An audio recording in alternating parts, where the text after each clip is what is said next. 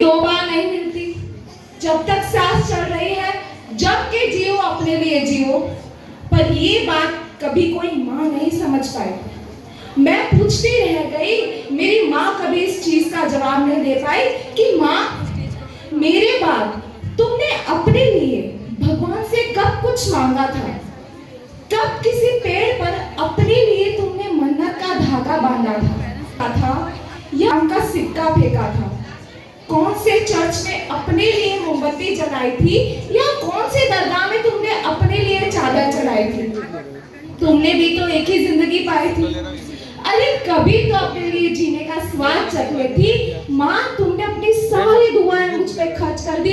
अरे कुछ तो अपने लिए रख लेती। एक माँ अपनी पूरी जिंदगी अपने बच्चे के पीछे खर्च कर देती है, उसकी सारी बलाएं खुद पे ले लेती है। और यहाँ पे जितने भी स्टूडेंट्स बैठे हैं ना, उनसे भी अगर पूछे तो वो जरूर कहेंगे कि हाँ, मैं अपनी माँ के लिए कुछ करना चाहता हूँ।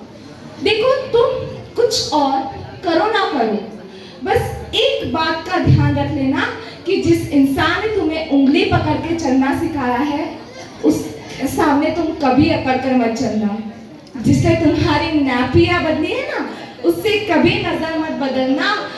ऐसी 100 वजहें हो कि उसको हंसी की मिले, एक वजह ना दुख की हो, और कभी आंसू भी आ जाए ना तो वो भी खुशी के हो। माँ की एक चीज मुझे बहुत अमेजिंग लगती है कि आखिर तो हम सबके पास है, पर माँ के पास ना दूरबीन होती है कि घर में कहीं कब कुछ खो जाए, कभी किसी को ना मिले, पर माँ को जरूर मिलता है।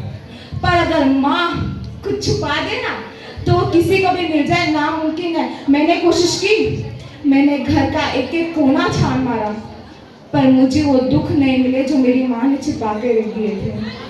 वो दर्द नहीं मिले जो तहखाने में दबा कर रख दिए थे। एक एक अलमारी झाँक ली, पर वो सपने नहीं मिले जो हमें जोड़ने में टूट गए।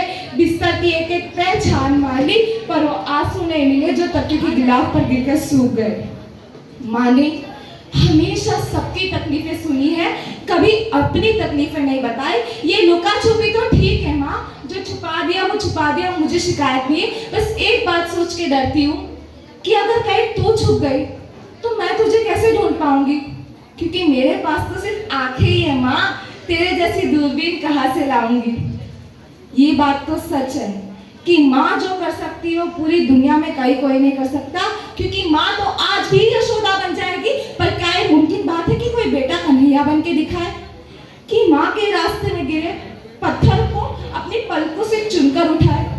पर इतना लिहाज तो कर सकते हो ना कि जिस माँ ने तुम्हारी तोतली बोली सुनी, वो कभी तुम्हारी ऊंची आवाज ना सुने। तुम माँ के चरणों में जितना झुकोगे उतना ही तुम ऊपर उठोगे। और मानो उठ लिया, तुमने बहुत तरक्की कर ली, बधाई, तुमने बहुत बड़ा घर खरीद लिया और उसमें माँ को तुमने एक अलग कमरा दे दिया। तुम ये बात सोच के खुश हो कि उस जमाने में जहाँ पे माँ को बरामदा में सुलाते तुमने कमरे में रखा है। अच्छे बेटे हो तुम, बहुत अच्छे बेटे हो, शाबाश। पर मेरी एक बात का तुम जवाब दे दो, तुम उस कमरे में खुद कितनी बार जाते हो?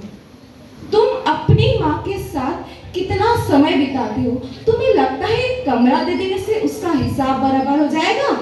जिसका कर्जदार है तुम्हारे खून का एक एक कतरा, तुम्हारे वजूद का एक एक रेशा, जिसने 9 महीने तुम्हें पेट में रखा, 3 साल तक हथेली पर, और पूरी जिंदगी दिल में, उसे कमरे में नई पलकों पे बिठा के रखना मेरे दोस्त हमेशा।